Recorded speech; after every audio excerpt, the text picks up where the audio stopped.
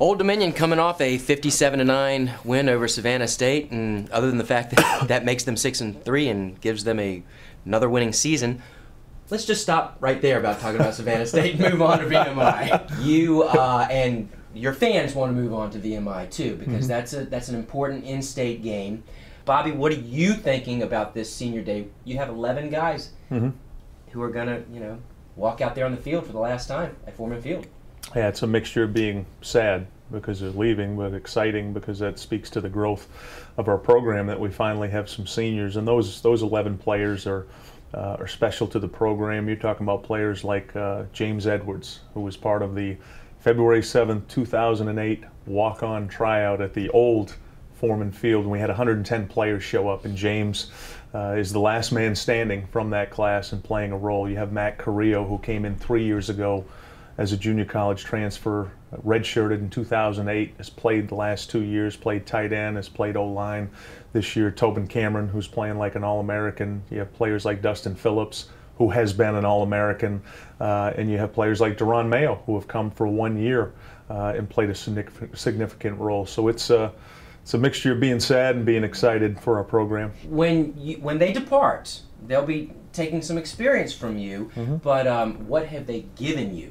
What have they given you? The development of the program is really what they have given. They've developed into leaders of the program. They were really forced into that role, coming in and trying to learn the school, the academics, the football, while trying to be leaders at the same time. So it's a special group. It's a very diverse group in terms of their backgrounds, their stories. All 11 of them have a story in how they arrived at Old Dominion, but it'll be a special day Saturday for them. Now let's back up to Saturday just for a moment and go to the complete other end of the spectrum. You played a true freshman at quarterback, Rashad Manley, and being at your practices, I was impressed at times with how he looked, his poise, how he threw the ball. But then there were other times in practice where, oh boy, he did look like he's a freshman. Yeah, exactly. On Saturday, other than the pick that he threw, he looked really good. And what did you take away from that? What did he take away from it? Well, the number one thing you always want in a quarterback is poise. Being able to go out and show poise, that ability to act like you've been there before when you haven't.